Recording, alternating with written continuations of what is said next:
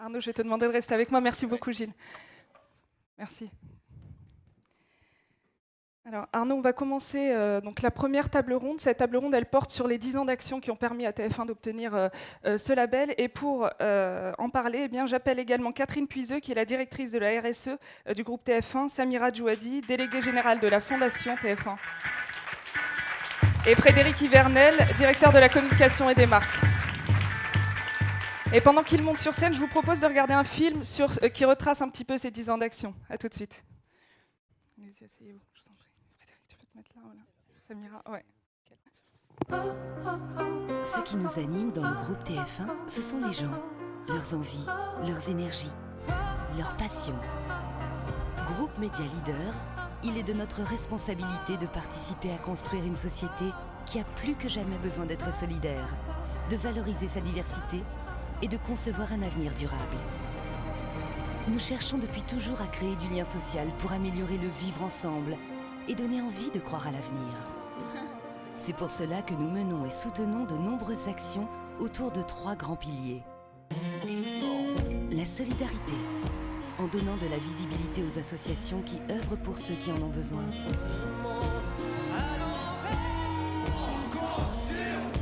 Et qui implique aussi les collaborateurs du groupe.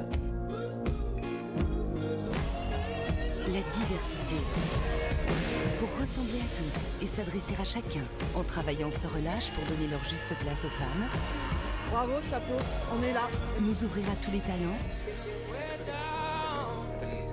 Faire en sorte que chacun et chacune se sentent accueillis dans l'entreprise pour ses compétences et son engagement. La société durable, en sensibilisant au changement climatique, à la nécessité du respect et du partage des ressources. Montrer avant tout les solutions qui émergent partout dans le monde. Il y a le constat, mais il y a aussi une issue de secours. Nous sommes convaincus que tout cela ne se fera qu'en mettant le dialogue et les échanges au cœur de nos actions. Nous devons faire émerger les initiatives positives qui font bouger la société, créer des rencontres, des débats d'idées et mettre tout en œuvre pour faire avancer les choses.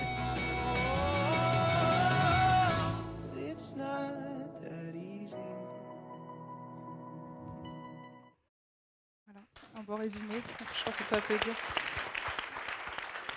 Catherine, les valeurs de solidarité dont on parle, toi tu les connais par cœur, c'est toi qui incarne ça dans le groupe, dans sa globalité en tout cas, depuis des années.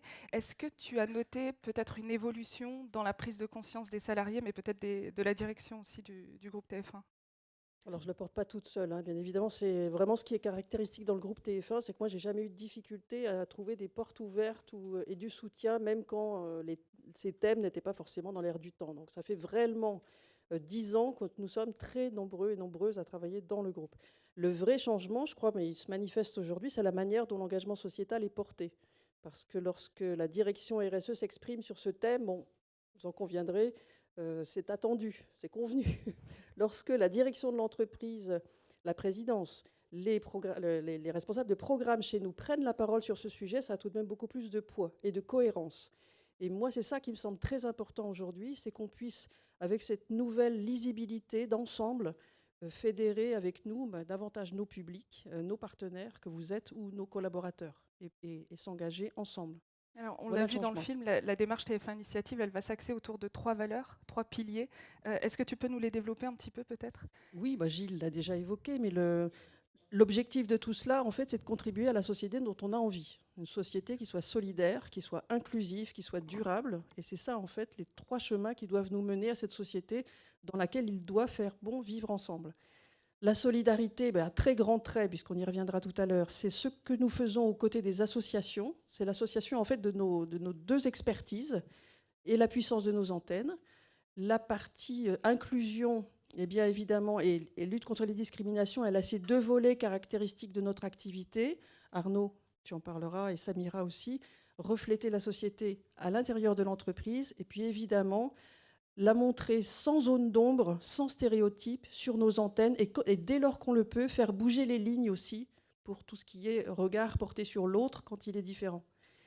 Et enfin, le thème société durable, eh bien l'environnement. C'est vrai que notre empreinte est faible et que dans le groupe Bouygues, on est plutôt à bonne école pour la réduire, notre empreinte écologique.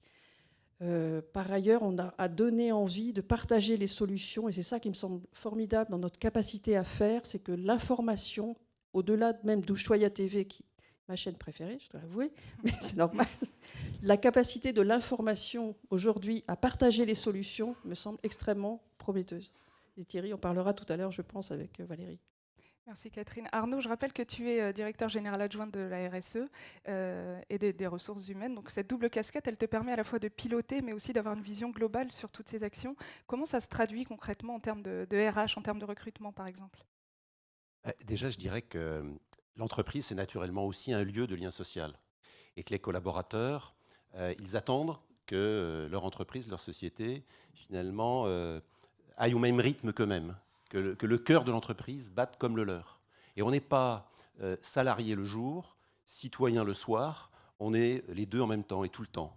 Et peut-être que c'est cet écho, c'est ce miroir qui finalement traduit le mieux la manière dont l'entreprise TF1 vit cela avec ses salariés. Alors là, on parle d'initiatives personnelles. Est-ce que TF1, en tant qu'entreprise aussi, initie des démarches? Alors, dans les initiatives personnelles, parce que j'en ai pas cité, mais je vais essayer d'être concret, je pourrais dire que je vais vous donner 3 exemples. Il y a un réseau mixte qui a été créé à l'initiative de salariés, de 3 femmes dans l'entreprise, qui a pour vocation évidemment de faire rayonner l'égalité entre les hommes et les femmes dans l'entreprise. Bon, bah, ça, c'est une initiative qui est née des collaborateurs. Il y en a une seconde qui est plus récente, qui est née l'année dernière, et enfin au tout début d'année, qui s'appelle le 3-0. Ce sont les plus jeunes de l'entreprise qui ont souhaité aussi se réunir pour que, indépendamment de leur mission, de leur projet, de leur métier, ils puissent se retrouver dans un lieu défini dans lequel ils pouvaient échanger, construire autre chose, se rencontrer quelles que soient leurs origines dans l'entreprise, travailler ensemble également à proposer des projets à la direction générale.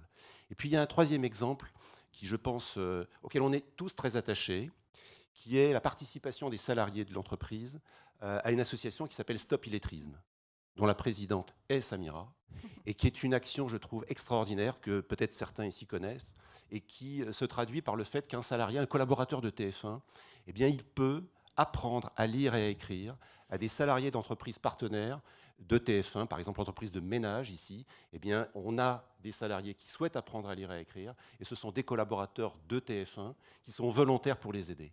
Et ça, je dois dire que depuis des années, on y participe depuis 4-5 ans à TF1, c'est quelque chose d'assez admirable et qu'on vit de façon discrète et qui fait que, je pense, ça donne du sens, bien sûr, aux actions RSE au sein de l'entreprise. Alors, que fait la direction? Puisque tu posais la question, on accompagne ce mouvement et nous-mêmes, évidemment, on essaie de prendre des initiatives à la DRH. Par exemple, dans le domaine de la formation, destinée aux femmes en particulier, on a depuis pas mal d'années un cursus qui s'appelle Leadership au féminin et qui a pour objectif de faire en sorte que les femmes puissent davantage travailler sur leur capacité à prendre des responsabilités, à oser davantage pour accéder à des fonctions de management.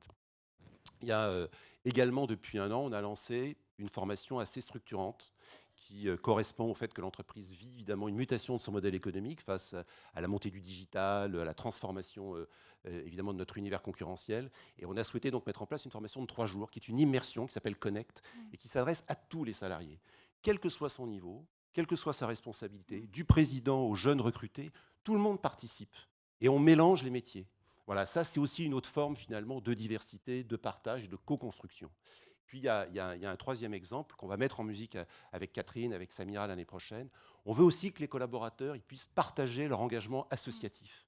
Donc l'an prochain, on aura 1 semaine de l'engagement qui permettra aux collaborateurs de venir nous montrer ce qu'ils font en dehors de l'entreprise et qu'ils souhaitent partager ici en interne. Merci beaucoup Arnaud. Il y a une action qui est quand même emblématique pour TF1 dans le recrutement et dans la diversité. On va en parler avec Samira. Samira, c'est toi qui as lancé la fondation TF1, une fondation qui vise à recruter des jeunes issus des quartiers défavorisés depuis 10 ans. J'en suis moi-même issue et il y a des actions concrètes. J'ai été embauchée grâce à la fondation TF1.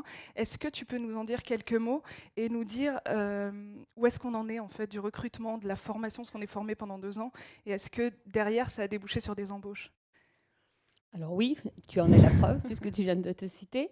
Alors oui, effectivement, quand on a créé la fondation TF1 il y a 10 ans, on a voulu être différent des autres fondations d'entreprise parce qu'on voulait, comme l'a dit Gilles tout à l'heure, c'est qu'on est une entreprise privée, mais on a un rôle sociétal et on doit savoir pouvoir s'engager dans les problématiques de notre société. Et c'est pour cela qu'on avait pris le parti pris il y a 10 ans déjà, avant que les labels existent, avant que les chartes quartier entreprise existent aussi, c'était de se dire, bah voilà, on va se préoccuper de la banlieue. C'était d'ailleurs au lendemain, vous vous rappelez tous, de 2005, quand ça a brûlé dans les banlieues, se dire, bah voilà, on va avoir un rôle qui est important.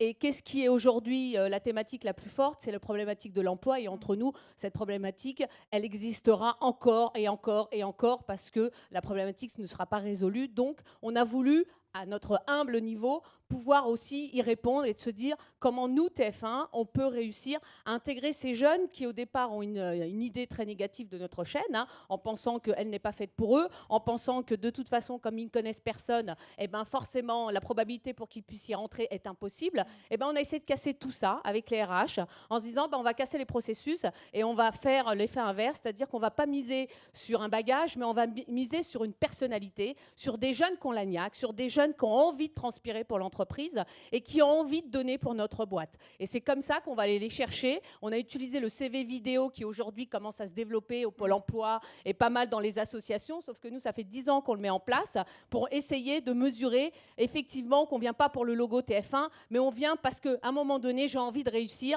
et nous, on a cette possibilité de leur permettre de réussir. Combien de jeunes? Combien de jeunes? Cette année, on a fait rentrer la 10e promotion. Donc, ce qui montre que ça dure, ça perdure dans l'entreprise, que l'engagement est de plus en plus fort, à la fois au niveau des RH, au niveau des collaborateurs. Ce sont des promotions de 12 jeunes à qui on ne promet pas, et ça je tiens à le dire, de les embaucher. Alors on va me dire, mais vous faites tout ça pourquoi? Pour remettre les jeunes dans la bonne trajectoire, c'est-à-dire la trajectoire de la réussite, la trajectoire de la confiance, qui va faire qu'à un moment donné, avec ou sans nous, ils vont réussir. Pourquoi? Parce qu'avant, il n'y avait pas le logo TF1 sur le CV et on regardait l'adresse et le nom. Et maintenant, avec le logo TF1, bizarrement, le nom et l'adresse disparaissent. Et tant mieux si on a réussi ça. Bravo pour ce que tu fais.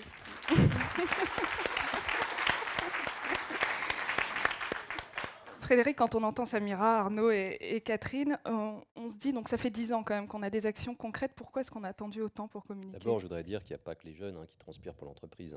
Ah non, mais nous-mêmes, mais Arnaud elle et va moi, chercher des jeunes on avec la fondation. On transpire. Non, mais par rapport à la question de savoir s'il fallait prendre ou pas la parole sur ces sujets, pourquoi on le fait maintenant, par exemple. On s'est posé la question avec Arnaud, avec Gilles, de savoir s'il fallait à un moment donné tirer la sonnette d'alarme et dire nous aussi on fait des choses. Parce que sur ces sujets, on peut toujours se poser la question de savoir s'il faut faire et se taire. Parce que finalement, c'est un travail qui nécessite une modestie, un temps long. Et puis après tout, on peut toujours se dire aussi qu'une communication un peu orchestrée sur ces sujets peut faire douter de l'intention de celui qui porte la démarche, quoi. Mais comme le rappelait Arnaud, Catherine, Gilles et Samira, ça fait 10 ans que le groupe TF1 est engagé dans ces sujets. Ça fait 10 ans qu'on essaye modestement à notre place de déplacer le curseur pour faire un peu bouger les lignes sur ces thématiques. Et puis en vérité, on pense que la démarche RSE en elle-même, elle porte un volet communication. Si nous sommes aussi nombreux, parce qu'effectivement on est très nombreux aujourd'hui, c'est parce que acteurs de la diversité, dirigeants d'entreprise, acteurs de la RSE, on a tous besoin de confronter nos idées, de voir ce qui se fait ailleurs. On a tous besoin de parler nous-mêmes de ce qu'on fait simplement pour avoir les idées, du chemin qu'il faut tracer aujourd'hui. Il faut faire savoir. Oui, c'est ça, c'est un peu la conclusion. En fait, la responsabilité de celui qui fait, dans le domaine de la RSE, c'est aussi de faire savoir. Merci. Merci Frédéric. De rien. Merci à tous les quatre. De rien, mais j'avais encore un truc à dire, moi.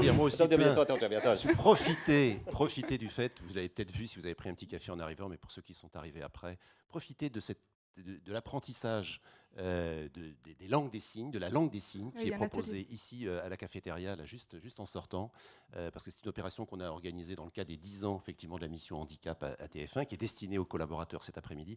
Mais si vous voulez apprendre à dire bonjour, à prendre un café, etc., vous savez que vous pouvez le faire juste à côté.